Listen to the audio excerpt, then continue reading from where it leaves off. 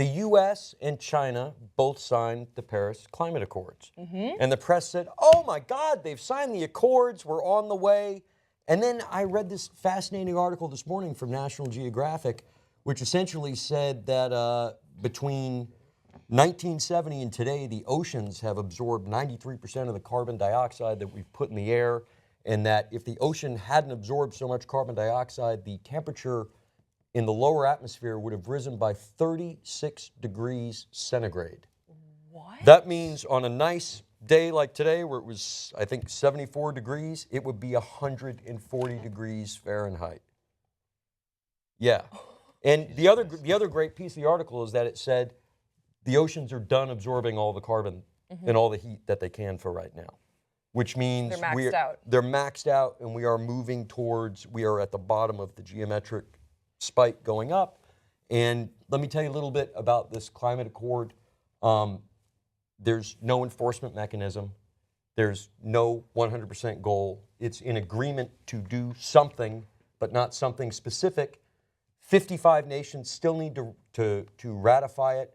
The Republicans have said, we're not a part of this. And it doesn't even go into effect till 2020. We passed 400 parts per million carbon earlier this year. Every month has been the hottest month on record for 14 months, and it will continue, and the temperatures will keep going up. And the longer we wait to take radical, drastic action, the worse it will be. Okay, so stupid follow-up question. When you say there's no enforcement. There's no enforcement in the treaty whatsoever. So what is the point of the treaty then? The point of the treaty, and this is to quote our commander-in-chief as well as other people, which is that a little bit of progress is better than no progress. So it's getting people to acknowledge the problem. It's not getting people to set sights. India said this week that they were going to triple coal production in the next couple of years. I mean, you're looking at serious environmental degradation that's going to affect people for real.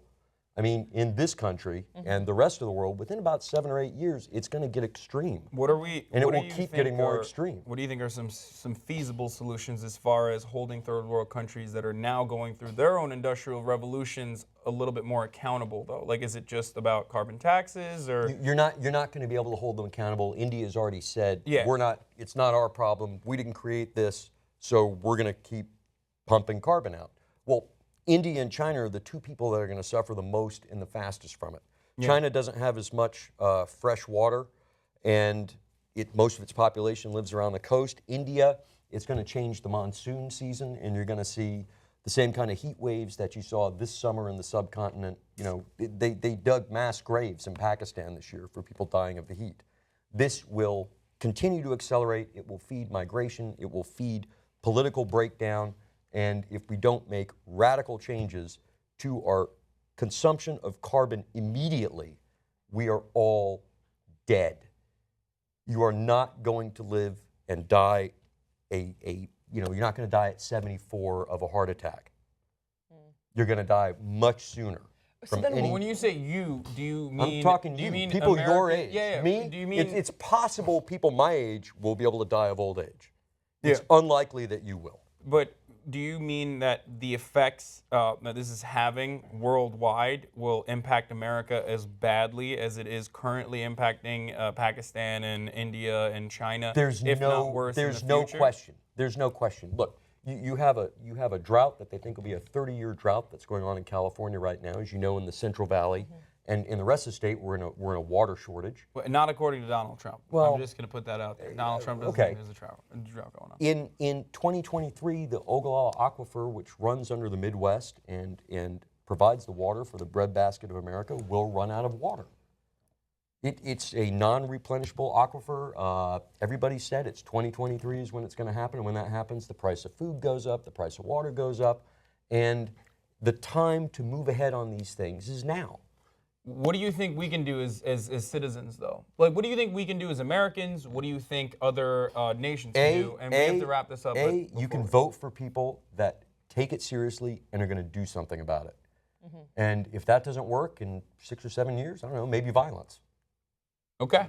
Look, you live in a world where people watch action movies where there's a giant thing in the sky and they seem to have no problem with that's easily worth knocking down some skyscrapers and, to stop the aliens in New York. Well, this is something in the sky, and it's going to kill everybody unless we do something about it, like almost immediately. So how do we spread this word? How do we get this out faster than it is currently? Because I think that's what's lacking. It's going out fast. I would tell people, if you want to get involved and you want to do something about it, go to climatemobilization.org, and it's a group of people that we're going to try and push the U.S. government, and in the Democratic platform, they got it into the platform, saying we need to mobilize in a World War II level. Right now, our country is controlled by hydrocarbon interests that we subsidize as they're killing us. And they've known since 1973, when they did the studies, that their activities are causing global warming. No, actually, not even. I think it was 43, right? The Oil and Gas Commission. No, it was 73 when ExxonMobil. their studies came in on ExxonMobil, Yeah. and they said, listen, this is what's going to happen. You had basically, a lot of people don't realize also, when the international community or the UN releases a climate report, it's essentially taking a pool of information from however many thousands of scientists, and it's finding what everybody has in common without being controversial. So a lot of people in the last 10 years have excoriated James Hansen, who was the NASA climate scientist who first brought up climate change in '88. He has said that it's over very soon, it's going to happen very quickly, and everybody said, oh, you're being alarmist, that's not true. And now they're finding out, wow, he's right. Her Majesty's government in Britain did a study a year ago, and when they released a study, they predicted civilization would collapse by the mid-2030s because of climate change. This is what the government of the UK believes. This is what NASA believes. This is what most climate scientists believe. But hey, And America, we still by have all people- means, keep paying attention to Kanye and Trump and all the useless stuff that you pay attention to. This problem doesn't care what you think about it. It's science. It's physics, it's chemistry. It doesn't matter what your opinion on it is. It's